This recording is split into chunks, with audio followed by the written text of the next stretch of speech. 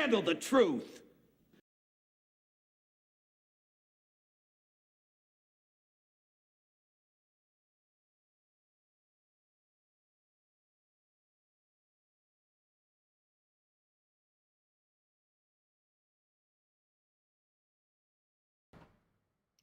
Good evening. I apologize for the sound delay.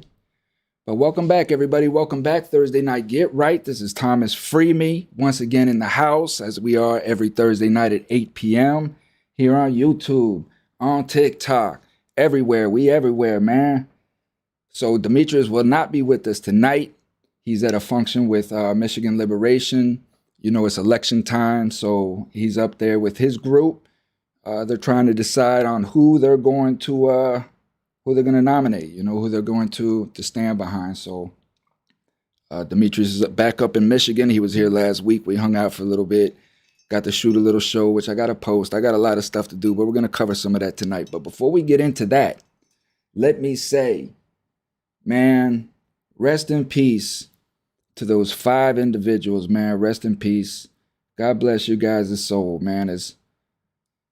As foolish as it was, man, we're gonna get into some of this talk tonight, man, on the value of life, you know, and you know how we tempt God, we tempt life, you know. So I'll share some of my experiences as well, and you know, just what has gave me you know, a new appreciation for life, because I was out there doing crazy things, man. I was risking my life almost every night.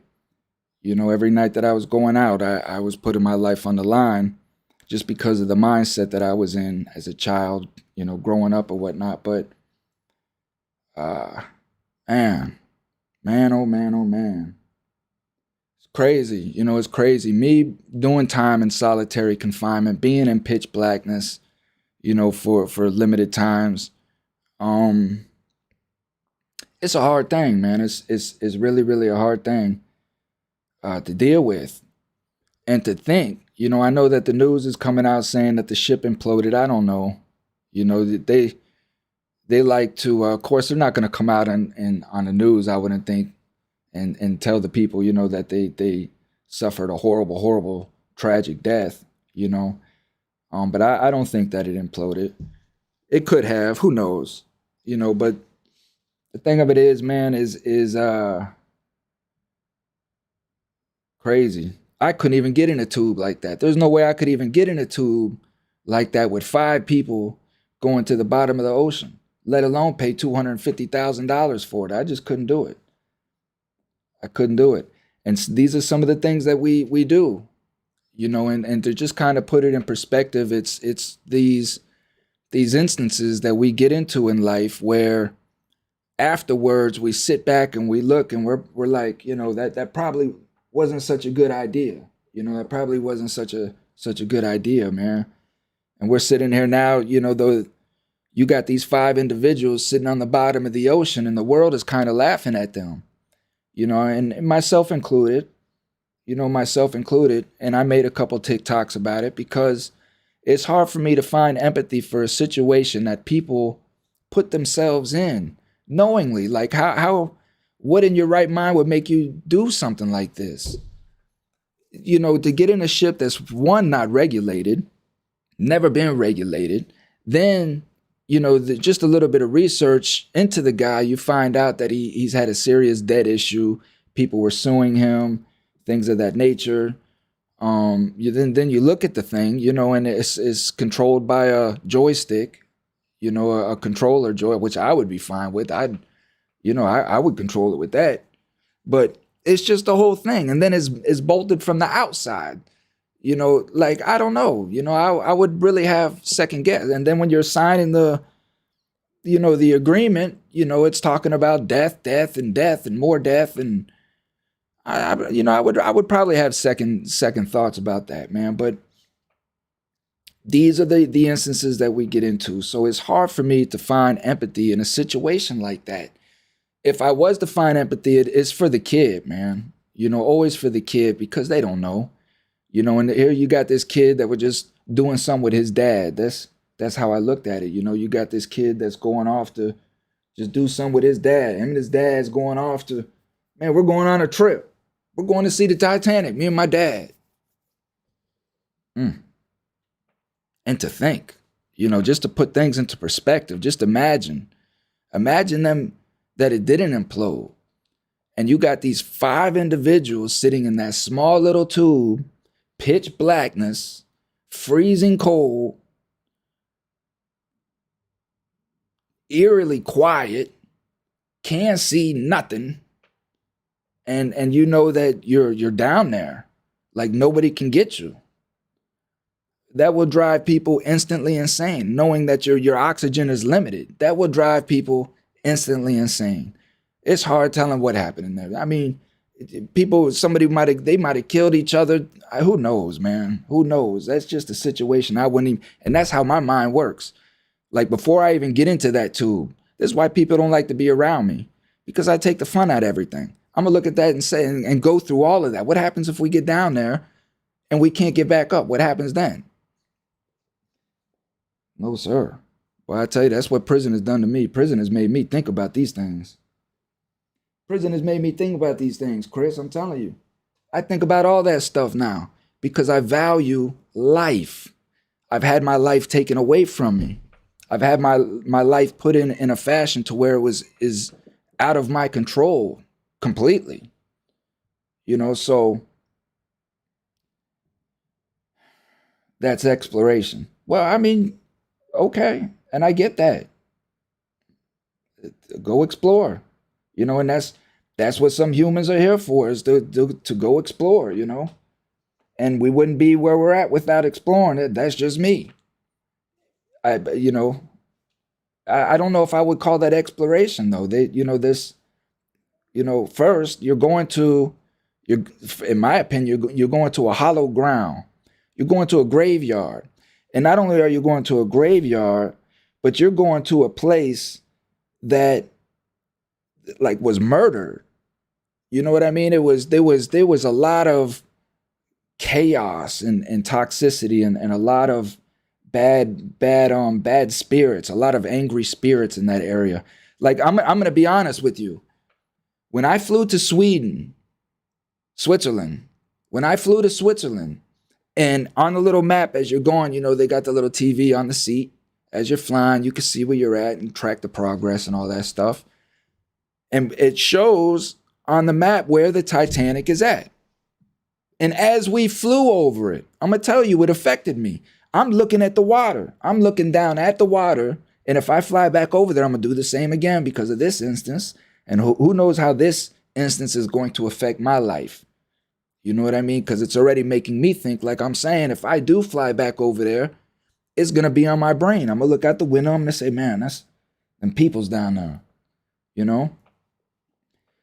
So that to me, that's the thing is I'm going to be looking over that. And the first time when I flew, it gave me chills because I knew that was a spot. That's a bad spot on Earth, man. That's a bad spot on Earth. Same with New York now. 9/11. It's a bad spot on Earth. A lot of people died tragically in one place. That just in my opinion, that really affects the spiritual world. You know what I mean? But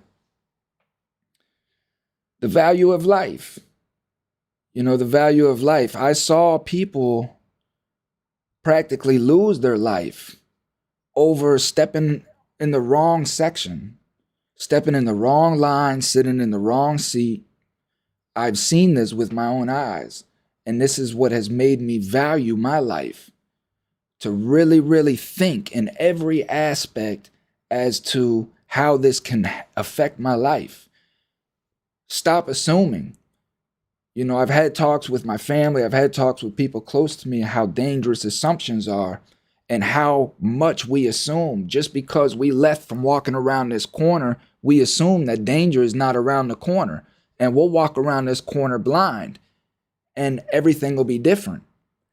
So it's just prison has ingrained in me to look before I leap. And that's in every aspect. It's think before you do. I'm heavily into this. This is what I'm trying to teach into the children. Is our biggest things that we do is we do, and then we think about what we do. How many times have we done it? How many times have we been sitting in the county jail like, man, I can't believe I did that stupid junk there, man. What in the heck was wrong with me? What would make me do something like that? Because now we're not in our emotions.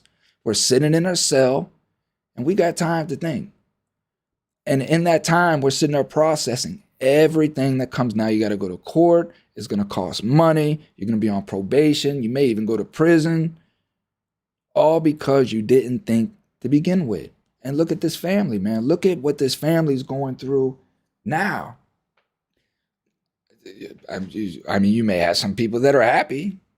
You may have some people that are happy. I mean, billionaires died. So there are people that are happy right now. I guarantee it. But at the end of the day, like I say, these people, I guarantee any one of them on that submarine would have gave every penny that they had to get out of the situation that they were in. There's no question. And that's when being a billionaire don't matter. You're stuck in a sub on the bottom of nobody can get you. All those billions of dollars, all that work. Let me tell you, to make $1 billion, I don't even know what he did. But to make $1 billion, I know that takes a lot of work. I know that took a lot of life's work to make that $1 billion gone in an instant. For what? For what? And some people, it just begs the question as to what is life really about? What's the value of life? What is life about? What's the meaning of life? For me, being in a cell for the length of time that I have, and not only in a physical cell, but just in a mental cell, looking at everything in such a negative light, seeing life from dark glasses, you know what I mean? Just seeing darkness everywhere and being part of it and feeling hopeless. And I've been in that prison, and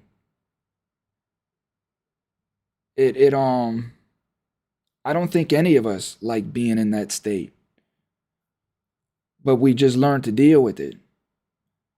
We succumb to it, and we just learn to deal with it. And some people just get tired of dealing with it, and some don't. But I think at the end of the day, we're spiritual beings. I believe that we're spiritual beings. I believe that our physical bodies are just vehicles. It's just a material protection that protects the soul. Everything works around the brain. The brain and the brain stem, and everything is to protect that and operate to keep the brain and the brain stem alive. And that's where the spirit dwells at. That's where consciousness dwells, is in that whole function right there. And I believe that energy is just ongoing. And I believe it just comes and goes, and it just gathers experience, gathers knowledge, infinite knowledge from different situations in life where this energy field is just gaining knowledge and wisdom from all kinds of different perspectives. And I think that's what, when we see that babies come in with cancer, and we just see all of the dark atrocity of life, and we say, how can there be a God when all of this stuff goes on? Well, it's not God doing that. It's God's created it. He created everything in the essence of it. But at the end of the day, he also created us to have conscious thought. And within that conscious thought, he created good and bad so that we had conscious thought in order to know the difference and make a choice. Because at the end of the day, it's his dedication. He built us. He put us here to remain loyal to him. Maybe it's a test to him. Maybe he wants to see if how loyal his creations will be. So who really knows? It's just all what you feel deep inside. It's all what you feel deep inside, and it's all what you feel is right or wrong. Truly and deeply right or wrong. And it's remaining within your conscious thought. Remaining within your conscious thought and analyzing everything. And just like Socrates says, question everything. That means your thoughts. That means your thoughts. You question everything.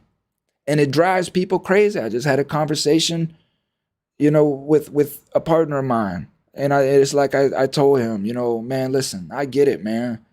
I'm a hard cat to deal with. I'm a hard cat to deal with, but life has made me that way.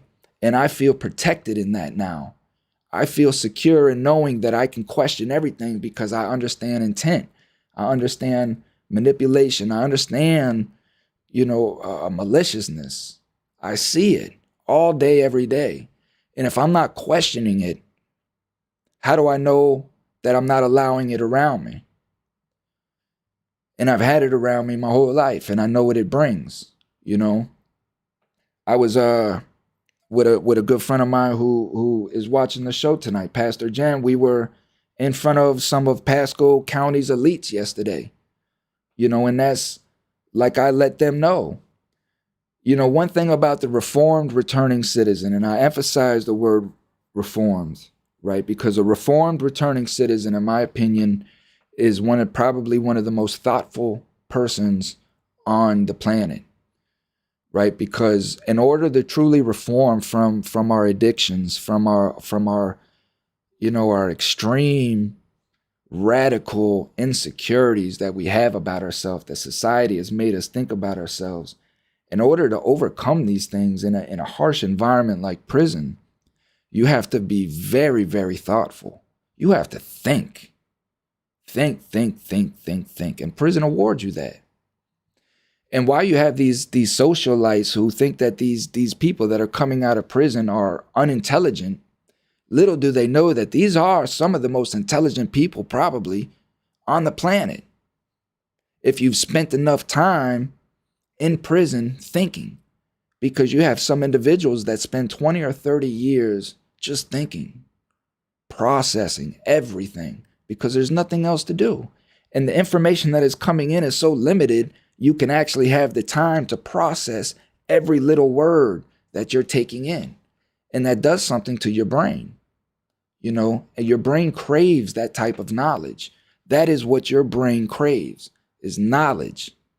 Whether you know it or not, when you ask yourself a question, your brain will always answer that question, no matter what the question is.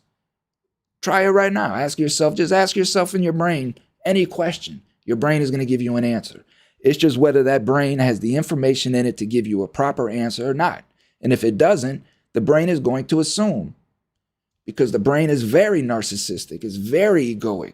It wants to know everything. And it thinks that it knows everything. And if we, as a conscious being, that's the difference between our physical brain, our material brain, and our conscious brain, is the consciousness is the light. The consciousness is the beacon of light that is constantly letting that brain know you're coming here, stay here, focus here, stay here. And if that beacon isn't there, if that beacon was never even placed there, that brain will go amok and it'll go wherever it wants to go. Until finally that human experience, that body gets tired of it and finally, hopefully, tries to wrap the brain up. But again, there has to be a beacon of light that comes in there somewhere, whatever that beacon of light is. But if that beacon of light don't come in, this is how you get these 50, 60, 70-year-old people that are running around like they're 18 years old. You see it all over the place. Is where you see these grown men, acting still like they're 17, 18 years old. I know that was me for the longest. And I still have childlike ways because a lot of my childhood was robbed from me. So I still have a lot of childness in me. But I'll tell you, the world does not like childness, man. They reject it because they're so envious of it. So when they see somebody that's in a childlike state, they want to mock it. They want to ostracize it. They just want to tear it down, especially if it's coming from a man. Look how they treat a man if a man shows any kind of childness.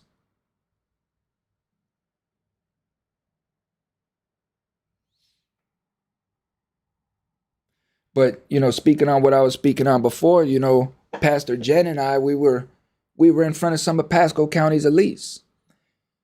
And the thing about the reformed returning citizen is we have expelled all corruption out of us.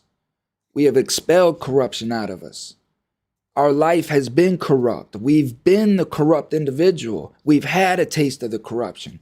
And we know the results of what that corruption brings.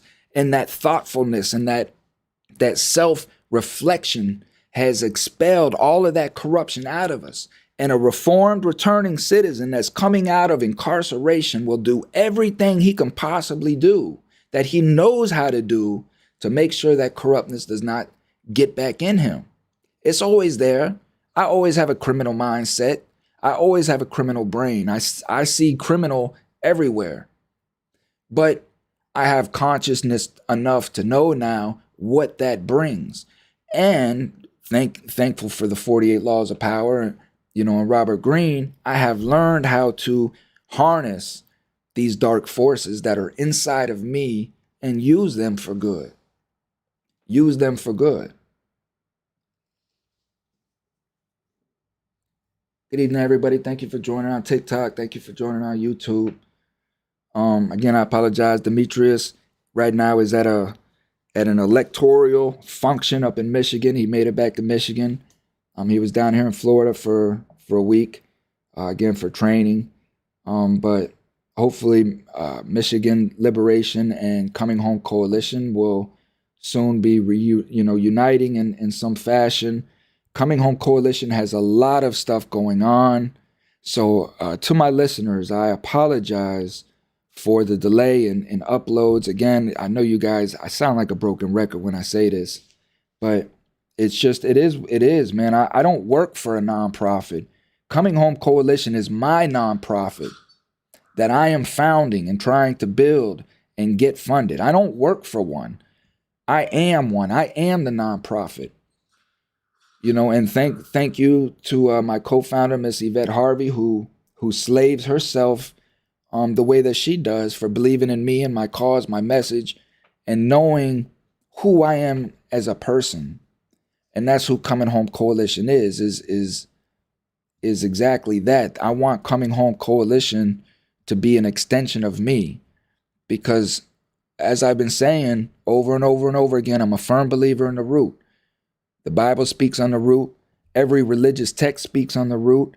And it's scientifically proven that the root is where the spawn of all life begins, from the root. So if we put that in contextual form, thoughtful form, and think of our thoughts as the seed, as the root to all being, because when you look around and everything that you touch, everything that you see, everything, this whole internet, the cameras, everything came from somebody's thought.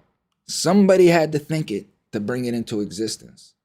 So it's knowing that the thought is the seed. So going into the reformed returning citizen and the corruption, it's understanding that that thought has to be pure. We'll get negative thoughts, sure, but there's that beacon right there sitting over top. Bam, slapping it down. No, pure thoughts, good thoughts. And this is why I don't want temptation around me. This is why I don't want negative people around me who's constantly groping, dragging, got negative things to say, pessimistic, doom and gloom, because that is a constant battle to try to remain positive within me. Sure, it's a good test to have these people around you, but like these individuals on the submarine have learned, you don't test life repeatedly. Don't tempt. Don't tempt. You could tempt every once in a while to understand what it's like so that you learn. But once you learn, any temptation past that is now kind of like mocking. You're mocking life. You're tempting life. So yeah, absolutely. Much love for Yvette, man. Yvette, bless her heart, man. She does a lot. So it's understanding, man, when it comes all down to it, the value of life. How much is your life really, really worth? How much is your life worth? How much is your life worth? For me, having mine stripped from me and having to fight it back, building what I'm building the human being that I've become, having pride in the fact that I built this on my own. This is my knowledge. I know my knowledge. My knowledge is my experience. No one can tell me any different. And I will sit on any stage with any individual and debate my knowledge because my knowledge is my experience, right? So we're living in a world where people really don't understand the difference between knowledge and experience. And they think because they pick up a book, right, that they know something, that they've experienced, and they'll actually even they'll make that into their experience. This goes into where I get into, these prison people where they come home from prison and they start these YouTube channels about how violent they were in prison and how bad they were. And it's just all a facade. Just because you see something and you mold it into your experience it's not true experience. And I'm proud in the fact to know that mine is true experience and nobody could tell me no different. And that is where we as human beings need to get back into is questioning everything. Question your knowledge. I had to question my knowledge. And when I questioned my knowledge, I came to find out that it wasn't my knowledge. It was my parents' knowledge. It was my brother's knowledge. It was friends that I had around me. It was their knowledge. It was my teacher's knowledge. None of it was my knowledge. I got that from questioning myself. I had to question myself because I did not like where my life was at. I didn't like the decisions I was making. So I had to question my thought process. At the end of the day, I got to question my thought process because I knew that I put myself in these certain situations. I can blame this person all that I want. And true enough, that person may have done some atrocious things that deserve to be blamed for. But at the end of the day, I have to tell myself, but you knew, you really, really knew, Thomas. Thomas, now come on, man. You knew because you told yourself not to do it. You told yourself that this person was going to do this. You knew it, but yet you still chose. And now what it is you're just mad that that person did what you knew that they were going to do. That's what it is, really, is that you're just mad. So it was just understanding these things in life. All these occurrences that happened to me were my own doing. And I wanted it to stop. And I just became a thinker before a doer. And that really rubs a lot of people the wrong way. Because I tell you what, it would have rubbed these people, these billionaires, the wrong way. They would have came to me and asked me, hey, Thomas, free me. Before we go on this submarine, man, we want to come on your show. We want to come on your podcast. And we just want to ask you, do you think we should do it? And I'm going to tell them, no, I don't think you should do it. For one, it's a game controller that runs it. And two, you can't see anything. It's pitch black. You're not going to be able to see nothing. You're going to be looking at everything on a TV. And for $250,000, I'll build you a state-of-the-art VR system where you would think that you were inside of the Titanic. So, I mean, no, I don't think that you should do it. Would they have listened to me? Probably not. Probably not. But I'll tell you what, they would have been down in that sub. I guarantee they were down in that sub saying in their heads they should have listened to somebody. Man, I should have listened to my wife. My wife told me not to come on this dang thing, man. My wife told me I was stupid. My wife said I was silly. Sometimes we got to listen to these women too, man.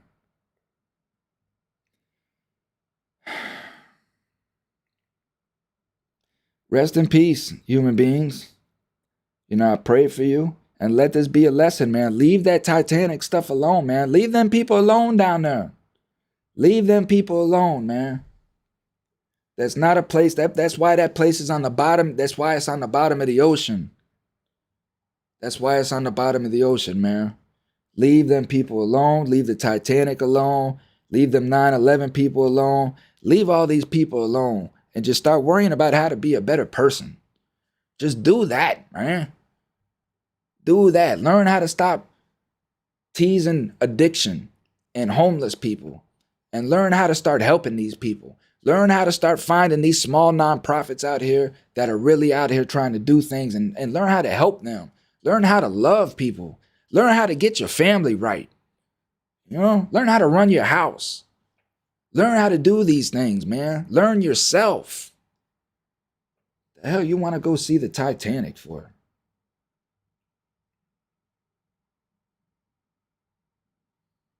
I just don't get it, man. But rest in peace, good souls. Rest in peace, man. All jokes aside, I joke about it, but I know my heart. And at the end of the day, my heart hurts for humanity in that aspect that we've been duped in so much that you would want to pay $250,000 to put yourself in a tube and go to the bottom. Do you know how many people $250,000 would feed? This is what hurts my heart. This is what hurts my heart, man. It hurts my heart that we have come to a point in time where status rules over our lives. Where our status is more important than anything else in our lives. We'll die for our status. We'll kill for our status. People will kill because they feel like their status was disrespected or hurt in some aspect. Because that is the society that we've built here in America. That status matters. Not your family, not anything else, but who you are and your title. This is why we see people walking around giving out their titles everywhere they go. This is all they want to do, is give out their titles. They lead with their titles because in their minds, these human beings have trained themselves that their titles is what makes them. That without this title that they're throwing out there, they wouldn't be anybody. They would just be this name because they don't find value in their own name. Yeah, people try too hard. You don't even have to try. What are you trying for? That's what I'm saying. Go back to your thought process and question everything. Question everything. If you're sitting here and you're spending 3 hours a day combing your hair to the side because you got to get every last little strand of your hair to its perfect degree, right? And I know there's people out there that do that, man. You got to stop and ask yourself, just look at yourself in the mirror and ask, why am I doing this? Why am I spending so much time on my hair? Why? Who am I trying to impress? And why am I trying to impress this person? What is it about me that is so insufficient that I got to impress somebody else to make myself feel good? Because you don't have to do that. And if you feel like you have to do that, whether it's your boss or anybody at work, or again, this is what this corporate life does to you. Get away from that stuff. Get away from that stuff. Go find you something else. If you got to quit chasing the money, stop thinking you got to have BMWs and big houses and all this stuff and the big boats and all this stuff that is keeping you in the prison that you're in. That's the status. And I know people are looking at me crazy, twisting their head crazy, because you're not going to get rid of that stuff. You're going to keep chasing it. But it's what comes with that. The lies, the deceit, the toxicity, man. And then all of the time that you spend away from your family to get those things, because those things don't come cheap. Those things don't come cheap. If you're driving a Jaguar or a BMW, if you got you a 60-foot yacht, a 4,000 square foot home, you are putting a lot of hours into a lot of work. And that work is taking you away from your family. This is why we have the problems that we have.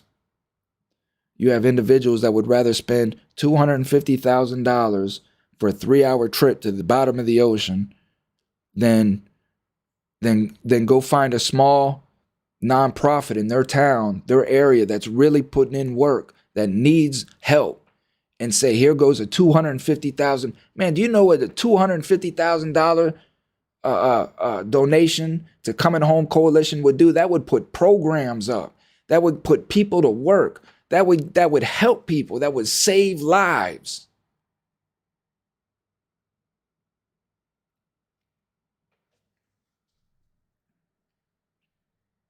It's our priorities, America.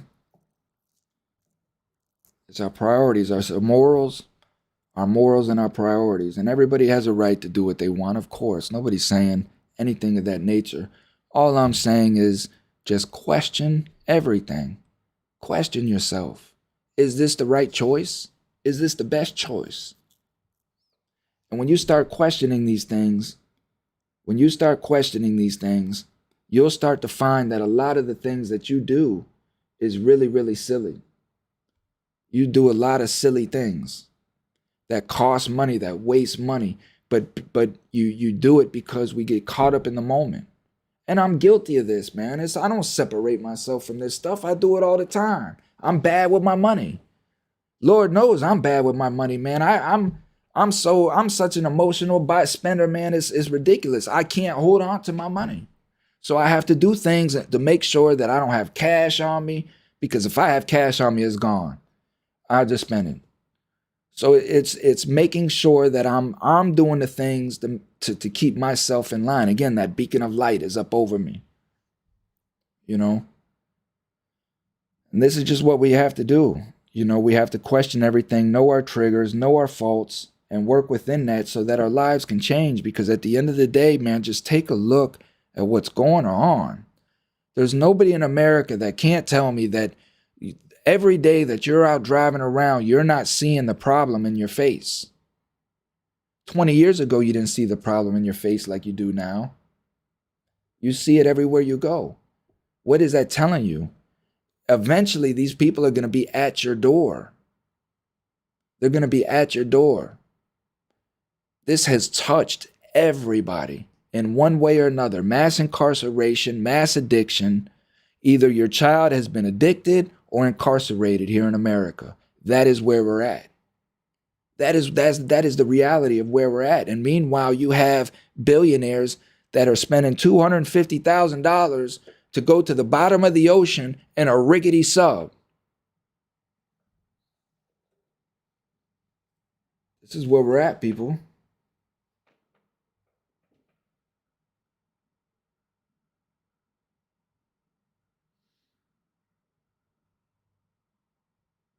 This is where we're at, and it's just this is why I have my podcast. This is why I have my foundation, because at the end of the day, I'm conscious to the fact that there are bigger things going on in life than just me. I'm looking around, people. I'm seeing what's going on. I'm seeing what's going on with life. Everything that went on with COVID and everything that's going on with Trump and the people around the world and the animals and the weather and just life in itself, man. Like, there's serious stuff going on. And at the end of the day, you got to take a step back and ask yourself, do I believe in God? Do I believe in God? Is this the time for me to really start believing in God? Because God is showing me a lot of ugly. He's showing it to me for a reason. He's showing you this because he's testing you to see where your heart lies at, where your thought process lies at.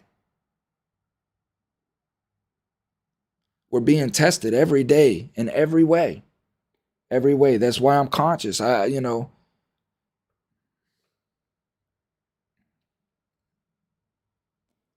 away from the distractions, people.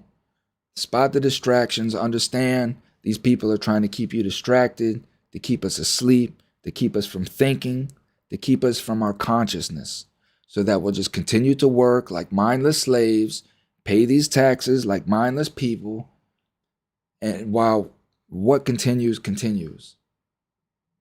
So with that, believe everybody, man. I appreciate all of the likes, all of the subscribes that I've gotten, man. Thank you guys so much. I appreciate the love. I appreciate the attention. For me, that means the world, because you guys are sacrificing your life, your time to hear my message, to come together and hopefully unite our communities, man, and get a grip on our communities. So with that, again, I say rest in peace to the souls of Titan. I can't help it. I just have to say it, man. I just have to say it. I've been seeing it all over. I love it. Titanic 2, rich people 0. What can I say? Leave them people alone, man. With that, I'm out. I love you guys. Stay safe.